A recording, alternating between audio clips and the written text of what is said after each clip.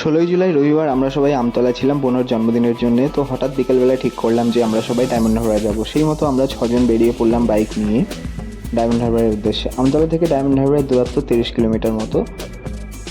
তো আমরা সফরের মজা উপভোগ করতে করতে ডায়মন্ড হারবার পৌঁছে গেলাম। তো ডায়মন্ড হারবার পৌঁছে দেখলাম যে ওখানে বেশ ভিড় আছে। যেহেতু রবিবার ছিল তাই সবাই বিকেলবেলা নদীর পাড়ে ঘুরতে এসেছে। তো আমরাও যেহেতু ঘুরতে এসেছি, কাউকে কোনো ডিস্টার্ব না করে আমরা একটা ফাঁকা জায়গা দেখে নিজেদের অবস্থান নিলাম এবং দেখলাম সূর্যাস্ত তখনও অনেকক্ষণ বাকি। তো আমরা নদীর পাড়ে বসে আমরা সবাই মিলে বেশ আড্ডাই দিচ্ছিলাম, ছবি টবি তুলছিলাম। তো এর মাঝে হঠাৎ দেখি দিদি নিচে নেমে গেছে নদীর জলে পা ডোবাবে বলে। তো আমি তো রেগে একজন ওকে জোর করে টেনে তুললো। দিদির সে কি হাসি। তো আমরা আরও কিছুক্ষণ নদীর পাড়ে বসে গল্প করলাম, আড্ডা মারলাম এবং নদীর ঢেউ তখন বেশ বড় বড় হচ্ছিল।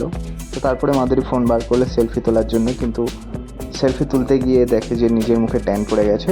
তাই জন্য বলে সেলফি টেলফি হবে না বলে ফোনটা বন্ধ করে দিল। তো আমরা আরও আধা ঘন্টা মতো ওখানে বেশ মজা করলাম। তারপরে আমরা যে যার মতো নিজেদের বাড়ি ফিরে এলাম। তো খুঁটিনাটি বাঙালির আরও নতুন ব্লগ পেতে চ্যানেলটি সাবস্ক্রাইব করে রাখুন এবং বেল আইকনটি টিপে রাখুন। এবং যদি এই ভিডিওটা ভালো লাগে তাহলে অবশ্যই লাইক, কমেন্ট, শেয়ার করতে ভুলবেন না। ধন্যবাদ। আবার দেখা হবে পরের কোনো ভিডিওতে।